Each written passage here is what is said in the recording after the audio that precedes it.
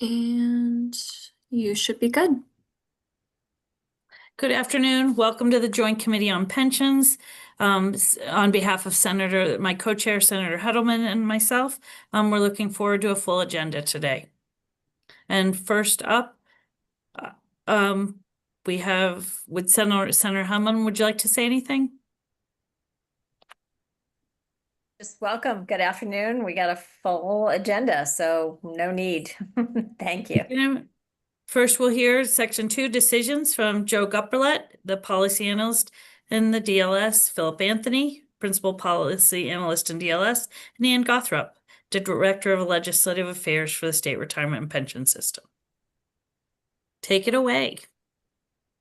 So good afternoon, everyone. I have two items for your consideration, and if it's all right, after each item, we can pause and the Joint Committee can consider its recommendation. There are two options for each of the two.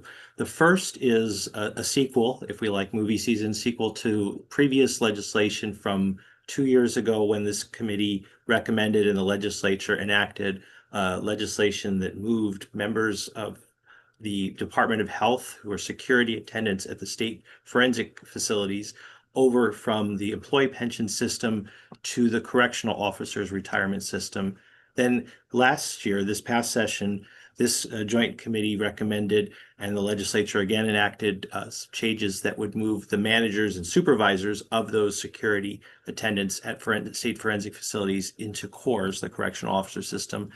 It came to the attention this spring of the State Retirement Agency that there was this one job classification, the Child and Adolescent Mental Health Specialist, CAMH 1 and 2, were inadvertently left out of that legislation. And so this bill would move those. It turns out there are 14 individuals immediately impacted by this move, that position into CORS as well.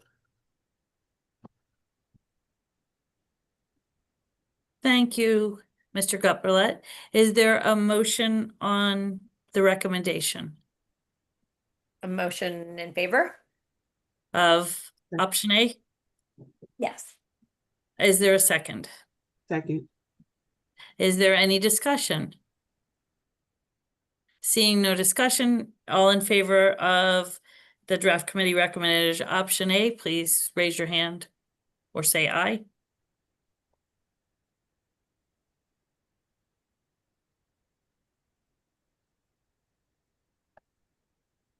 The motion carries, and the committee will go forward with option A on the correctional retirement.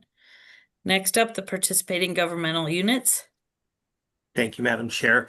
This item has two parts to it, but they both revolve around the 150 or so, currently 150 or so participating government units. It is possible for local and municipal, I should say, and county level governments and agencies to piggyback onto the state retirement agencies' plans.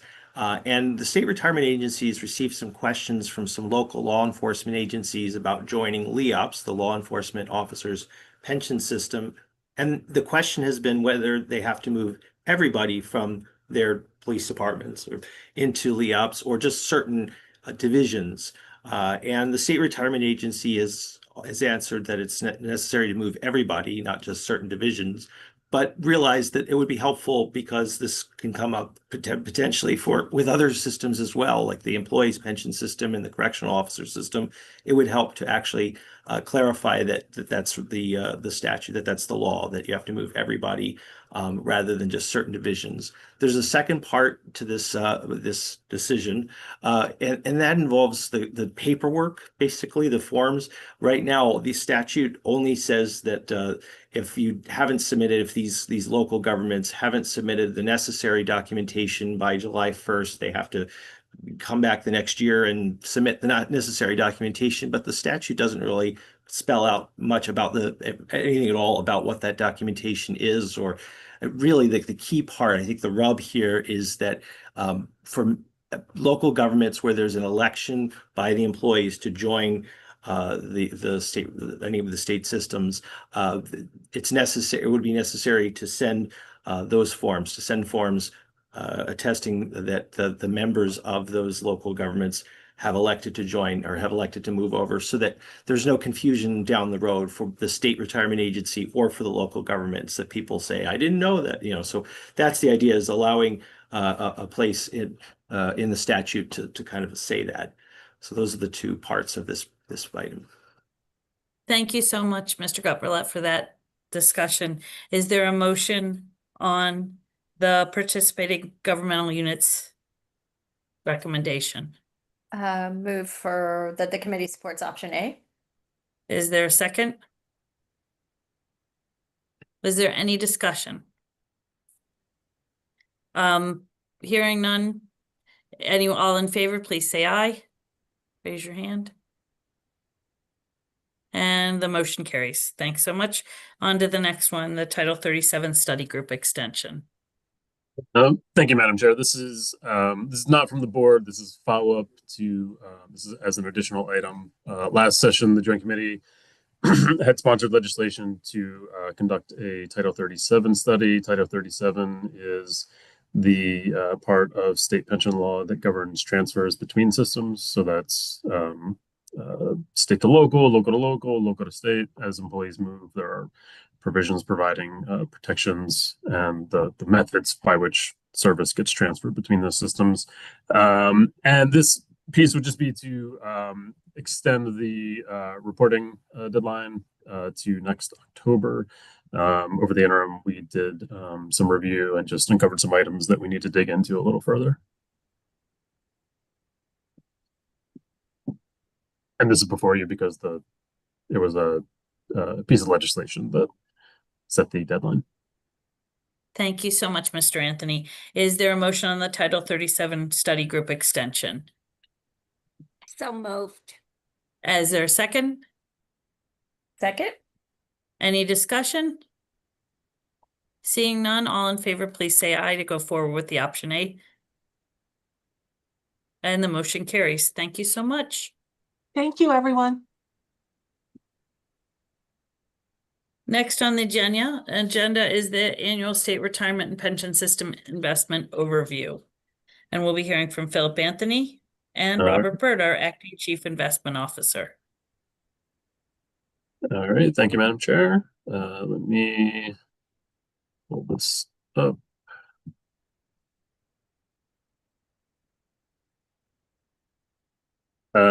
So I will be presenting, everyone can hear me, right?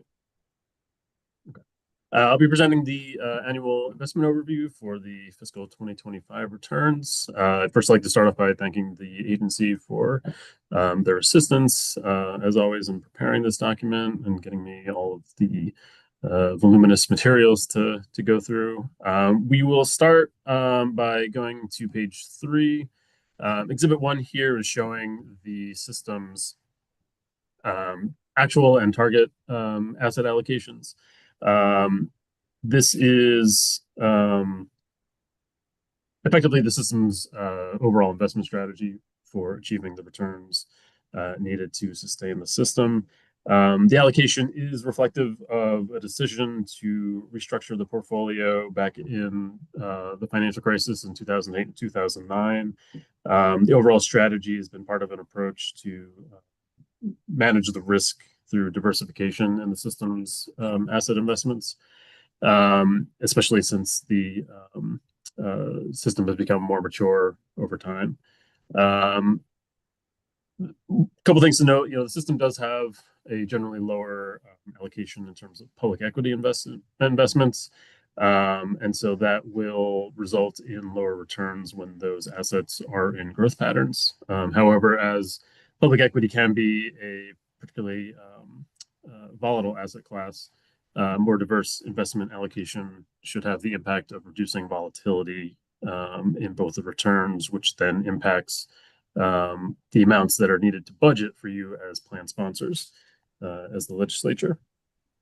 So the asset allocation is designed, and we've been experiencing the intended effect of producing more stable investment returns and therefore more stable contribution rates.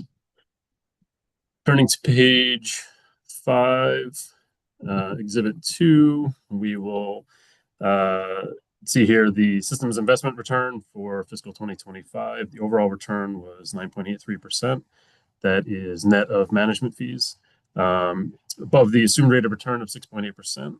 And the system also experienced returns in excess of the policy benchmarks by about 0.3%.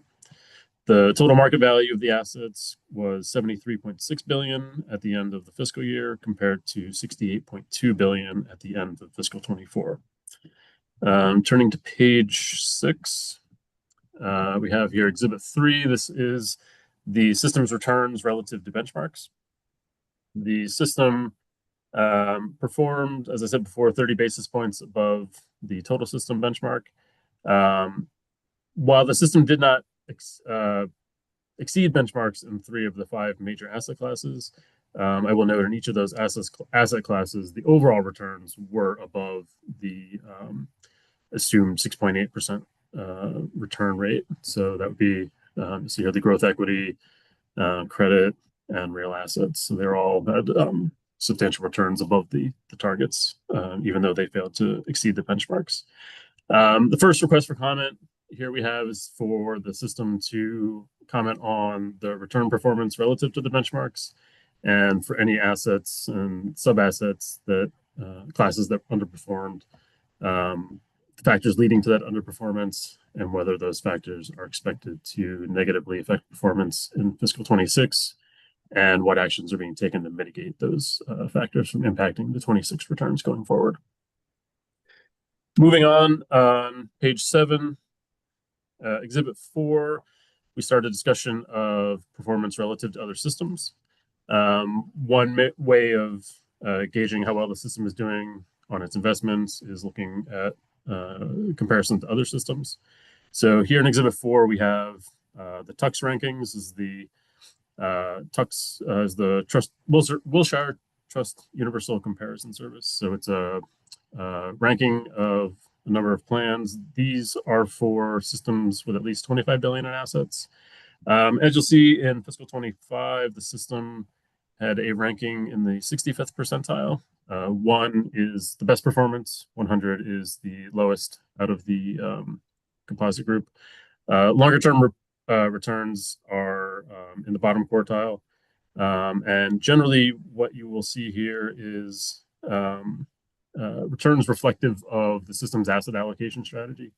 As I said before, with lower weight in assets like public equities, when they have higher returns, the system's relative performance will look like it's lagging. However, when we move on to Exhibit 5, we see here this is how the system is performing in each type of asset. And so this is a more apples to apples comparison, because this is how the system is doing just with respect to these assets. And so you'll see, particularly here in this 1-year column, significant improvement relative to the system's overall return in both short and long term. And so you'll see here that what this is showing, that the system is having decent success. Particularly if you look at U.S. equity, that's a very efficient market.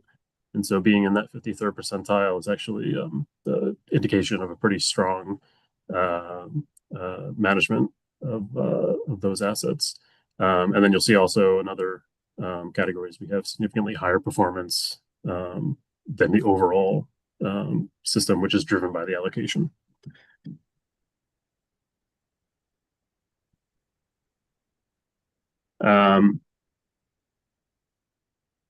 One thing to note also with respect to public equity is that while that can be a strong driver of performance, that can also be volatile. So lower allocations there do protect the system against more volatile returns. We have asked the system to comment on the relative TUX performance rankings by asset class, and to comment on how the overall allocation impacts the system's overall TUX rankings for returns. Additionally, we've asked the system to comment on the drop in TUX performance rankings in both fixed income and private equity over the past 3 years, and any strategies being implemented to improve performance within those classes. Recent returns have seen both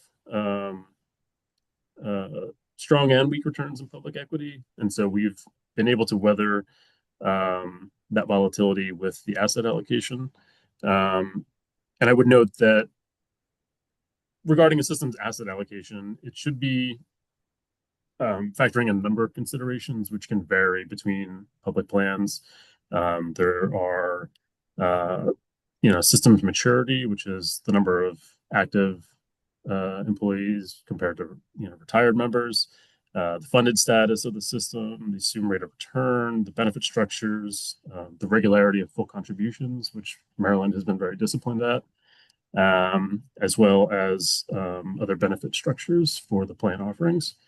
As those vary from plan to plan, those will lead to different tolerances for risk and variances in investment allocations and strategies. So just note that as a caution when comparing Maryland returns to other system returns, to be thinking through how you're looking at that in terms of an apples to apples comparison.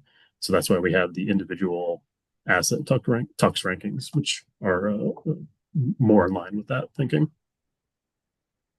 The next set of comments on the bottom of page 9, we've asked the system to comment on how the allocation strategy has impacted the system's investment return volatility over the prior 5 years, and the impact to the system of mitigating that investment return volatility. Additionally, we've asked the system to comment on findings from its survey of risk tolerance among board members and how the system is assessing market risks and balancing its investment return objections with the potential for market volatility. On page 10, we turn to discussion of investment management fees, as shown here in Exhibit 6. The system incurred a little under $500 million in investment management fees in fiscal 25. It's an increase of about $437 million from the 2024 fees. However, fees paid as a percentage of assets were only 4 basis points more in fiscal 25 than in 24.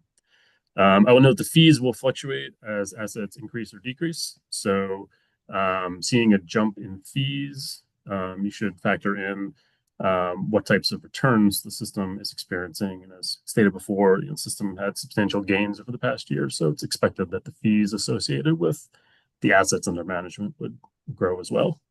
I will say that fees as a percentage of assets under management have been relatively stable.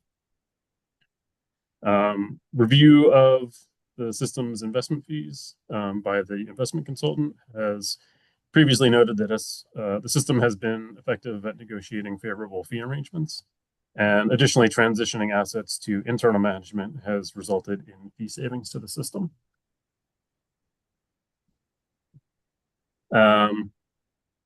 Moving on to Exhibit 7 on page 11, we have a discussion of systems returns relative for assets where we have passive and active managed assets. Generally, the active management assets are going to result in higher fees. However, the system has benefited from that active management. There are passive investment strategies that are utilized and effective when available. However, active management is able to add more diversification to system investments by investing in assets where passive investment is either not available or not efficient. The active management can also allow for tactical adjustments to respond to short-term or rapidly developing market conditions. So the system is trying to strike a balance here of tracking market returns, but also finding opportunity where it can through the active management. As you'll see in Exhibit 7, the actively managed U.S. equity is generally performed consistent with the passive assets and provided some additional returns for the fiscal year. Fixed income assets also significantly outperform passively managed assets, either achieving higher returns or avoiding deeper losses. On page 12, we've asked the system to comment on the potential impacts of its decision to allocate a higher portion of the system's international developed equity investments to actively managed funds. On page 12, we turn to a discussion of two of the higher fee structured assets, absolute return, and private equity.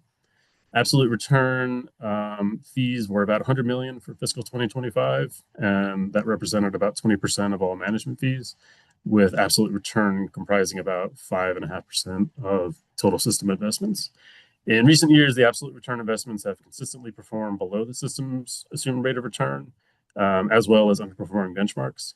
However, in fiscal 25, the performance significantly improved with overall asset returns of 10.2% against the benchmark of 7.17. And this is following returns in 2024 of 5.86% against the benchmark of 8.43. The system has previously noted that the absolute return class should experience better returns during times of market volatility. And so with this significant improvement in the fiscal 2025 returns, we've asked the system to comment on whether the absolute return performance is indicative of market conditions that will lead to sustained volatility, and if so, how the system's absolute return class will be utilized to achieve investment gains during those volatile market periods. The next asset class is private equity. Private equity is about 28% of total management fees and consists of 20.5% of system assets. The fee structures typically include a fixed base management fee and then what's called carried interest, which is a percentage of investment return gains. The fees, management fees only reflect the base fees, not the carried interest. However, returns for private equity are reported net of management fees and carried interest. The private equity return was 6.39% against the benchmark of 7.04. This is the second time in several years that the asset class failed to achieve double-digit returns, and the second consecutive year the returns failed to exceed the benchmark. The long-term returns have provided excess returns well over the asset class benchmarks and assumed rate of return. And it has also had outperformance relative to peer funds over long periods, although it's dipped recently. So on page 13, we've asked the system to comment on the estimated carried interest for calendar 2025, and then also to comment on the drop in private equity returns over the past 3 fiscal years, including how the returns are attributable to market conditions and system implementation strategy. On page 13, we turn to discussion of investment division staffing. Back in 2018, chapters 727 and 728 granted the board authority to establish positions within the investment division, and subject to limitations to set the compensation for those positions, also including the utilization of incentive compensation for positions that exercise discretion over investment decisions. Since the passage of that legislation, the system has been able to hire additional staff for the investment division, and also move forward into the internal management of assets. Division has grown to 51 approved positions as of the end of fiscal 25, with plans for 4 additional positions projected for fiscal 2026. And there is periodic review of the division's operations to evaluate the need for additional positions in the future. The legislation initially established what was called the Objective Criteria Committee. This was a group charged with convening every 5 years to review the division compensation and make recommendations to the board for setting objective criteria that would be used to determine both base compensation and incentive-based compensation. Last session, you had legislation from the board that went through the joint committee and was passed, chapters 772 and 773. And those repealed the Objective Criteria Committee process and replaced that with a requirement that the board establish a compensation and staffing committee. So that is essentially the functions of the OCC were transferred to a committee of the board. The reasoning being that the committee process, as a committee of the board, is able to kind of continuously monitor how compensation and staffing levels are being maintained and any needs that are arising, rather than waiting for those, intervening 5-year periods for the OCC to meet and involving people who may not be familiar with system operations, as those positions are updated and altered.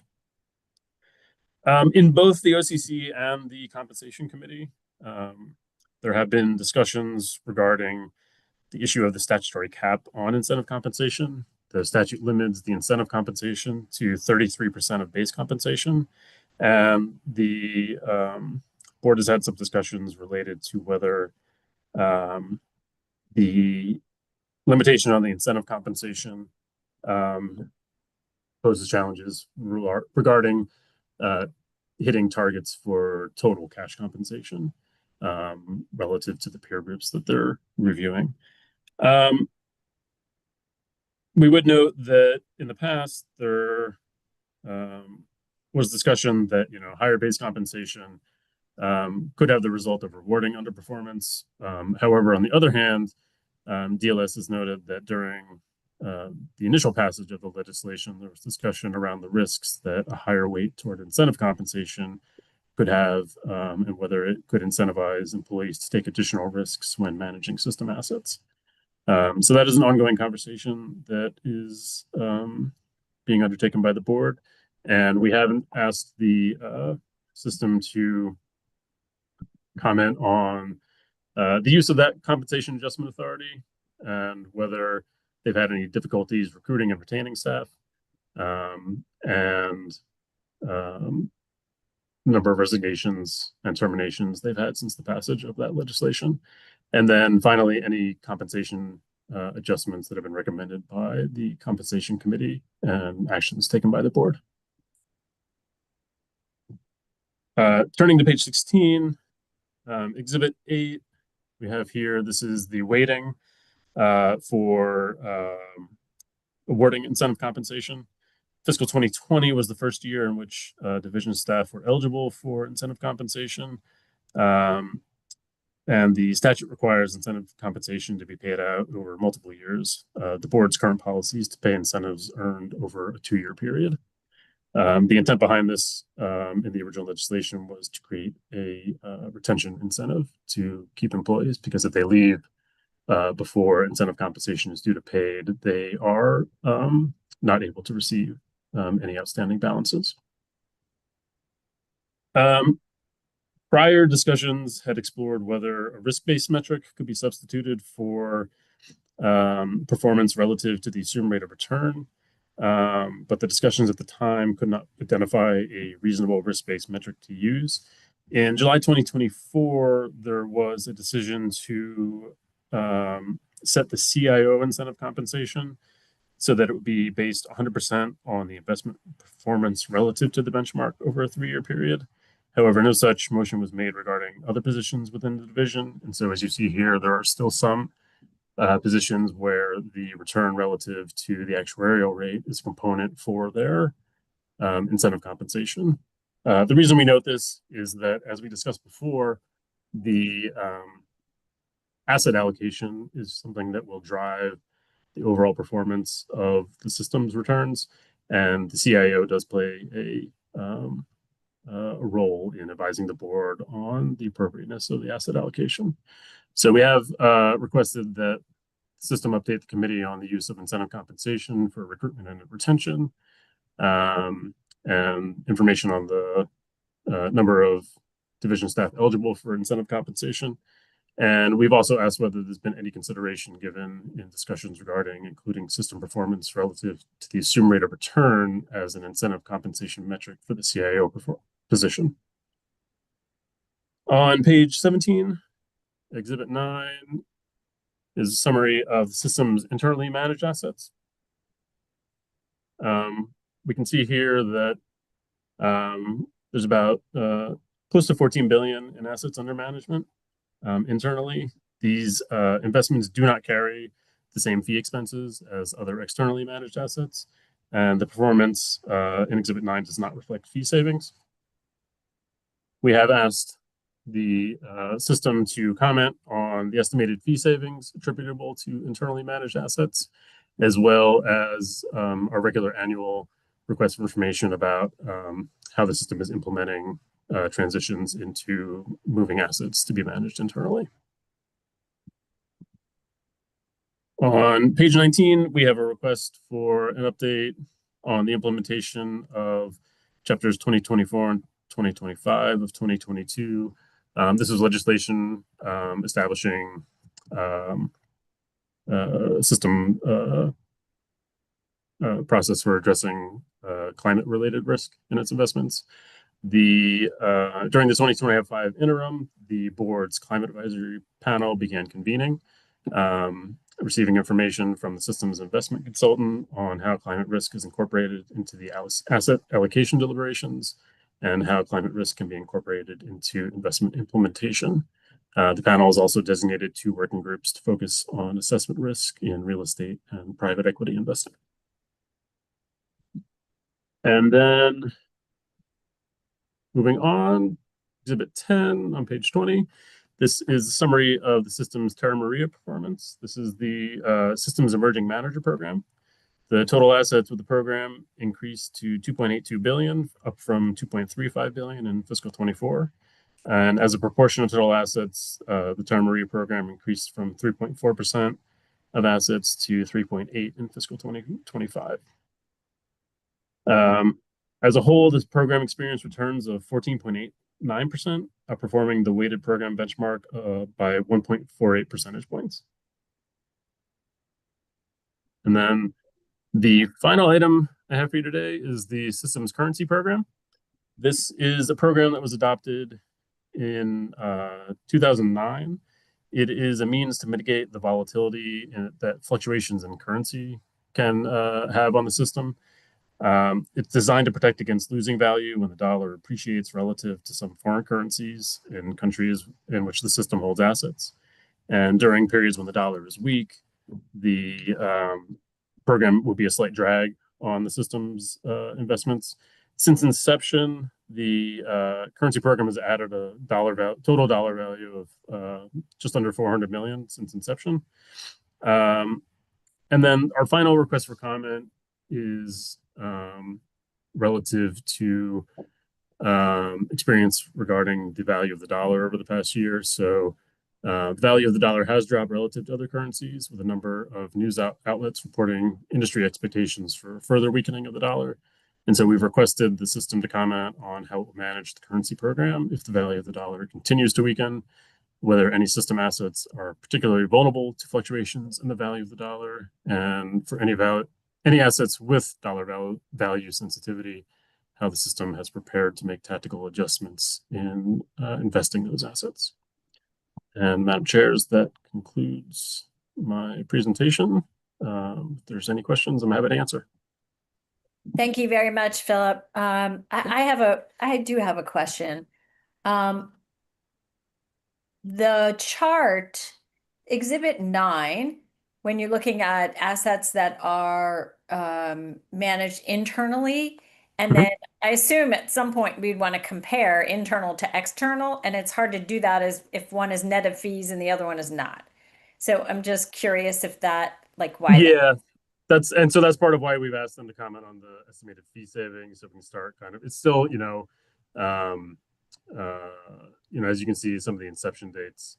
I think the earliest was 2019, and then the more recent ones are 2023. So in terms of the time horizon we have, we're starting to build out to get there. But yeah, we started thinking that through, and so that was part of our request for system to comment on the fee savings attributable, and then we can also start comparing these to other externally managed assets.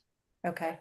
And then the other, and I guess it's probably a more appropriate question for our next presenter, but just curious about whether they are on target for making that 50%, right? They're 20-some% that's internally managed now. And if their goal is 50% by 2028 or so, if they're sort of on goal for that. I'll defer to the system. Okay. Okay, great. I see Senator Young. Thank you. I have a couple of questions, and I suspect my second and third might be answered by someone else as well. I understand that the overall asset allocation strategy is to mitigate volatility in the market. But given that rather conservative approach, we also minimize growth opportunity. So I'm curious why we don't segment our population of employees and retirees based on age, like, for example, 25 to 40, 41 to 54, 55 plus, and have different strategies for those groups, because obviously the younger employees could accept greater risk, whereas retirees and older employees, you want to minimize risk. So, yeah, it's an interesting question. I tend to think one of the advantages of having a defined benefit plan is that you provide protection for the participants against that timing issue. So, somebody with a defined contribution like a 401k, say they were planning to retire at 65, that looks very different if you're turning 65 in 2008 or 2009, as opposed to turning 65 in, 2022, where there were really strong returns across the board. So part of the pooling aspect of how all the funds are invested does provide that protection. So all of the, 400,000 plus households that are looking at the system, they don't really have to worry about that as far as their retirement timing. I know the actuary does comment when they present the valuation that one of the aims for system design is that you're trying to achieve some generational equity in terms of the retirees that will happen in the future are being funded by the same cohort of taxpayers that's they're providing services in during their working life. So I don't know if that answers your question, but I know it's a big, it's a lot of participants in trying to balance that in a more refined way. I'm not sure that any other systems I've seen do that. I don't know if anyone from the system is aware of that. Two other questions, if you want to pass these on to someone else, fine. One is for the incentive compensation system that's based on performance. What happens when performance is not good? Do they have a base? Do they lose the incentive compensation? What is the plan for that? I'll let the system comment in more detail. Okay. I do know that they have there's thresholds, so it's not a 33% or nothing. There are performance metrics, and based on how much the performance exceeds certain thresholds, it increases the eligibility. And then I think also for some of the more entry-level positions, the total percent of incentive comp is also varies. Okay. And finally, for the internal management, do they have the same access to the same modeling tools and information that our external providers have? I'll defer to them on Okay. that one. I know, over the years this has been built out. It's my understanding is it's been done in a methodical way, and I know at least early on there was they used a process where they kind of did like a shadow portfolio to kind of test out how they were going to do it and see if what they were doing was mirroring what you'd be seeing in external management. And I know that that's been part of the process for building that internal project out. Thanks very much. Thank you. Are there any other questions? Delegate McComas, did I see a wave? Okay. This is just a couple questions, and because I'm kind of new to the whole issue of pensions, but what I wanted to know is, okay, we have like, let's say MetLife, and we have different companies that handle pension programs. We also have, the different states. Some states have a pension program, others don't. Unions also have pension programs. And I just wondered if there's interoperability or inter-analysis or ways that you can kind of get an idea of that, okay, the unions have a better system than maybe the state of Maryland versus maybe the insurance companies. And I know that the insurance companies usually have a reinsurance company, and then they may have another reinsurance company. But I just, in other words, all these different people are trying to get the maximum that they can out of the investments. So I just wondered if there was any kind of just finding out how the other guys do it, and if we compare well with, let's say, Fidelity or some of these other groups that have different types, whether it's annuities or like with the unions, they have their own retirement systems. So just wondering about that. Yeah, I think there are again different requirements and restrictions on different types of investment programs. I will say that our state plan has available to it the ability to invest in pretty much any kind of investment that's out there, whereas an insurance type annuity or an IRA or 401k may be limited in terms of the types of assets that it may be able to invest in, either as a matter of fiduciary responsibility or just the scale of the capital available to them. So, I can't speak to it. I will say too, with defined contribution, some defined contribution, like the one we have for our state, that's a defined contribution plan for employees who do have a pension. And so that's kind of in the model of that traditional, you'll hear it referred to as the three-legged stool. So pension, personal savings, and Social Security. We have that available for our state employees for the most part. And so in terms of, what you may consider an ideal method of providing retirement security, we're covering all those pieces and doing so, I would say, in a conscientious manner to not only provide those benefits, but contemplate, how, again, to mitigate the volatility that can be experienced to ensure that the funds are available to pay for those benefits. Thank you. Thank you. Any other questions? Okay, thank you very much, Philip. And now we will turn to Mr. Byrd, who is the acting CIO for the system. Thank you, Madam Chairs and members of the committee.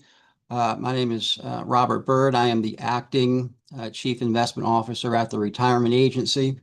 The board is happy to report that Diane Sandoval has been hired as the new permanent Chief Investment Officer. Diane currently serves as the head of portfolio design at HESTA. HESTA is an Australian superannuation fund which manages about $100 billion in assets, and we are excited to start working with Diane when she starts on January 20th.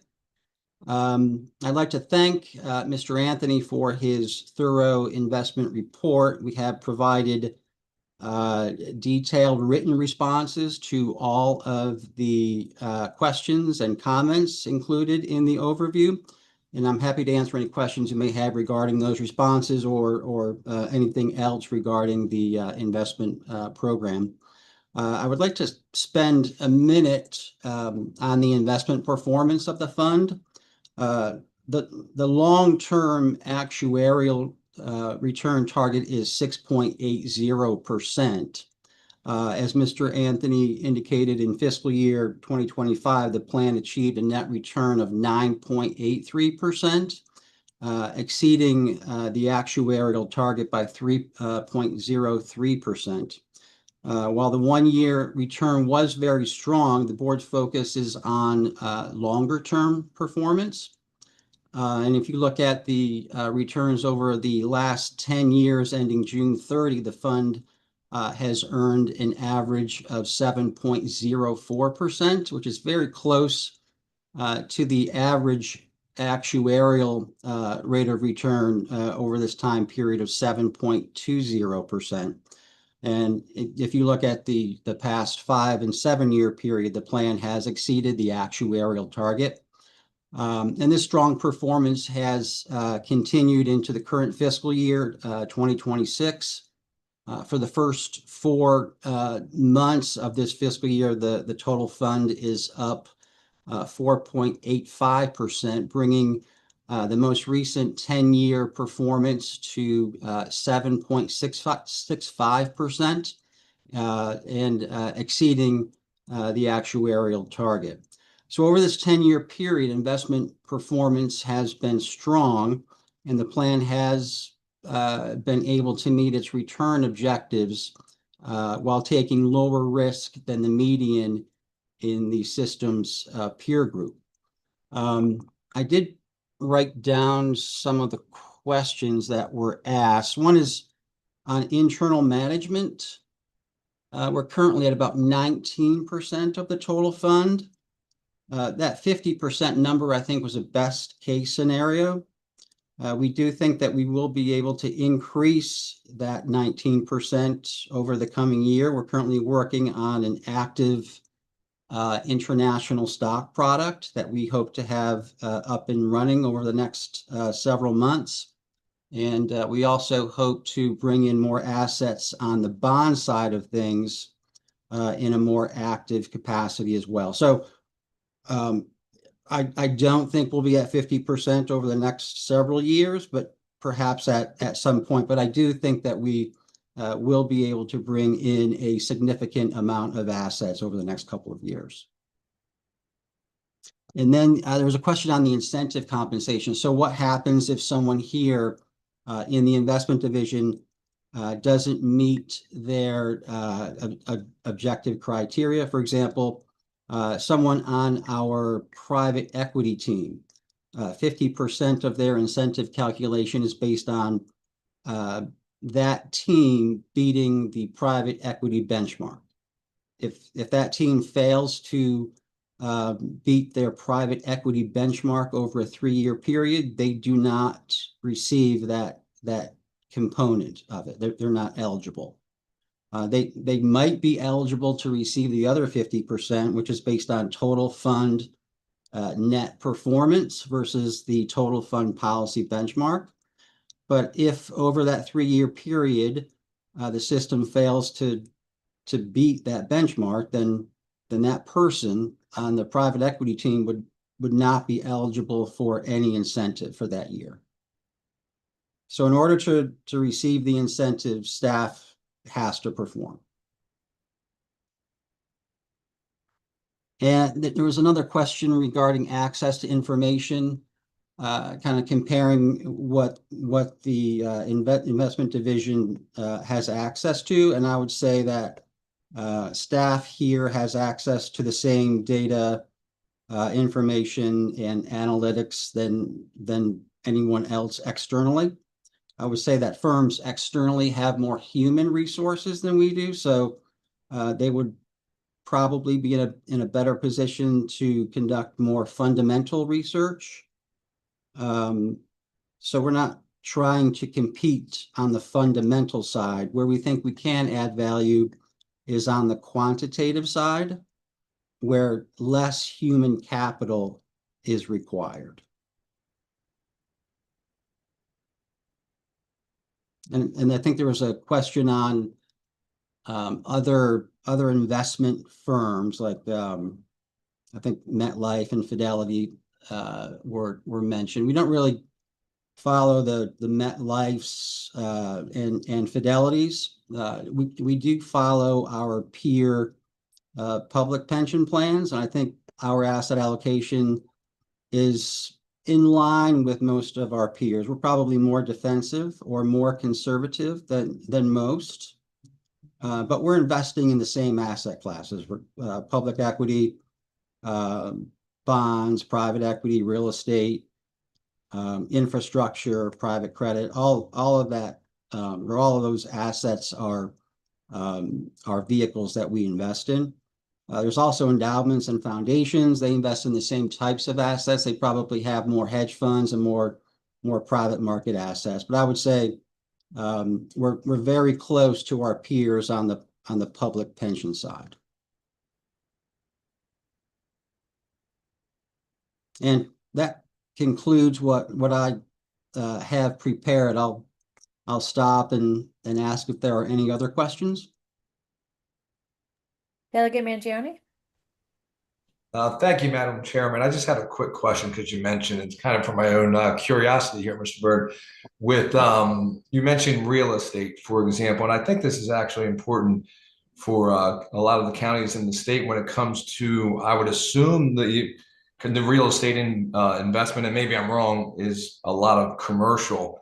And with and again, if I'm wrong, please correct me, but with the post-COVID era and obviously technological advances with both Zoom, like we're using right now, AI, all that, and the lack of, I guess, occupancy in office buildings and such going forward, do you see that as an issue, both with something that we would have to deal with in a more legislative issue, but also in terms of the investments to the pension system itself, with whether or not that will deter more real estate? Or is that not something you predict in that sector, I guess you could say? So if you can just touch on that with your expertise. Yeah, so you're talking, I think, about like office space. Now, and what we invest in as a pension system, is it more, I guess, retail real estate? Obviously not, residential, I wouldn't think. But then again, I guess apartment complexes, perhaps. But if you can just touch on what kind of real estate the system invests in, but also what you would take from an expert kind of in this type of realm that you see with commercial office space and office space in general. Yeah, office space has struggled over the past, 4 years since COVID. I think it's been the worst performing. I think there is a lot of repurposing of office going on. Fortunately, we are underweight office relative to our benchmark, and that has helped our performance relative to the benchmark. But in terms of other real estate that the system invests in, there's also industrial or warehouses, and we have significant exposure to that. And we also have significant exposure to multifamily or apartment.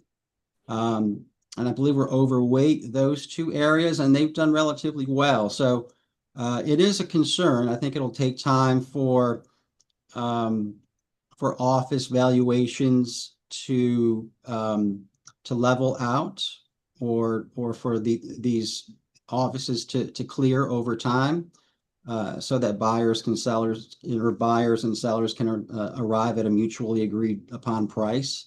I think that clearing process will take time, but office is a smaller component in our real estate program relative to the other areas I mentioned. Yeah, and thank you. And yeah, that might be a challenge for us to deal with on another end of the spectrum, so to speak, both local, especially local governments. But thank you for your insight on this. Sure. Are there any other questions for Mr. Byrd? No? All right. Thank you very much. Appreciate it. Thank you. Any other business for the good of the order? No?